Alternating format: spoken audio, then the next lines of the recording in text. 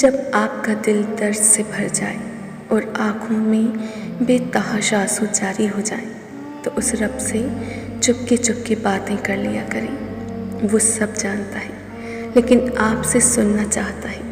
آنسو وہ خاموش دعائیں ہیں جس کو اللہ نہ صرف سنتا ہے بلکہ ان کی قبولیت کا وقت بھی مقرر کر دیتا ہے۔ جب معاملات تمہاری پہنچ سے نکل جائیں تو سب اللہ پہ چھوڑ دو۔ وہ سب کچھ ایسا کرے گا کہ تم کبھی سوچ بھی نہیں سکتے۔ اللہ پر ہمیشہ بھروسہ رکھیں۔ آپ کی مانگی ہوئی کوئی بھی دعا، کسی وقت میں کیا گیا صبر، آپ کے آنسوؤں سے بھیگی ہوئی کوئی بھی رات، تکلیف میں گزارا ہوا کوئی بھی دن کبھی رائے گا نہیں جاتا، کیونکہ زندگی کا ہر آسان اور تکلیف دہ لمحہ اللہ سبحانہ و تعالیٰ کے کسی عظیم منصوبے کا حصہ ہوتا ہے، جو کبھی تو جلدی سمجھ میں آ جاتا ہے اور کبھی انتظار کرنا پڑتا ہے۔ جن لوگوں نے اللہ کو چھوڑ کر دوسروں کو اپنا مددگار بنا رکھا ہے، ان کی مثال مکڑی جیسی ہے۔ وہ بھی ایک گھر بناتی ہے اور سب سے کمزور گھر مکڑی کا ہی ہوتا ہے۔ انسان کی اتنی اوقات نہیں کہ وہ اللہ کا قرب حاصل کرے۔ اللہ جسے پسند کرتا ہے اسے اس کے عیبوں اور ناپاکیوں سمیت زبردستی اپنی جانب کھینچ لیتا ہے۔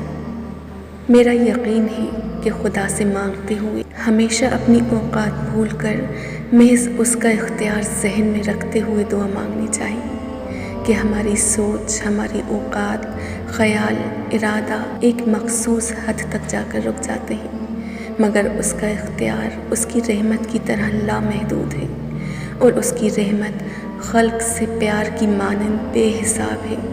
اسی لیے جب بھی مانگو اس کی سخاوت اور رحمت یاد رکھتے ہوئے اپنے گناہوں، کوتاہیوں اور لغزشوں کو یکسر بھلا دو، اور پھر اس کی عطاؤں کا شکر اس کثرت سے کرو کہ وہ ہماری خطاؤں پر حاوی ہو جائے، غالب آ جائے۔ اللہ تعالیٰ فرماتے ہیں، تم مانگو مجھ سے، تمہارا مانگنا اچھا لگتا ہے، تم کیوں پریشان ہوتے ہو؟ کیا میری قدرت پر یقین نہیں ہے تم کو؟ میں تو تمہاری شہرک سے بھی زیادہ قریب ہوں۔ جب تم اپنی ماں کی نیت پر شک نہیں کر سکتے تو اس پر کیسی بے یقینی جو تم سے 70 ماؤں سے بڑھ کر محبت کرتا ہے۔ مجھ سے مکمل یقین کے ساتھ مانگ کر تو دیکھو، عرش پر کن کہہ کر پوری دنیا کو تمہارا وسیلہ بنا کر تمہیں نہ نوازوں تو کہنا۔ جب انسان ٹوٹ کر چکنا چور ہو جاتا ہے تو خالی ہاتھوں میں اپنی کرچیاں سمیٹ کر رب کی بارگاہ میں حاضر ہوتا ہے، اور وہ پاک پروردگار ایسے سمیٹتا ہے جیسے انسان ٹوٹا ہی نہیں تھا۔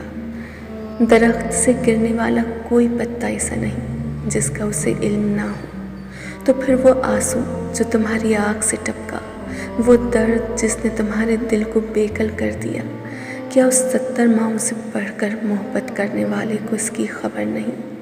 اطمینان رکھو، اس کے یہاں دیر ہے اندھیر نہیں۔ اللہ کا شکر ادا کرو، یہ نہ سوچو کہ اللہ تمہاری دعا کو فوراً قبول کیوں نہیں کرتا، بلکہ یہ شکر کرو کہ وہ تمہارے گناہوں کی سزا فوراً نہیں دیتا۔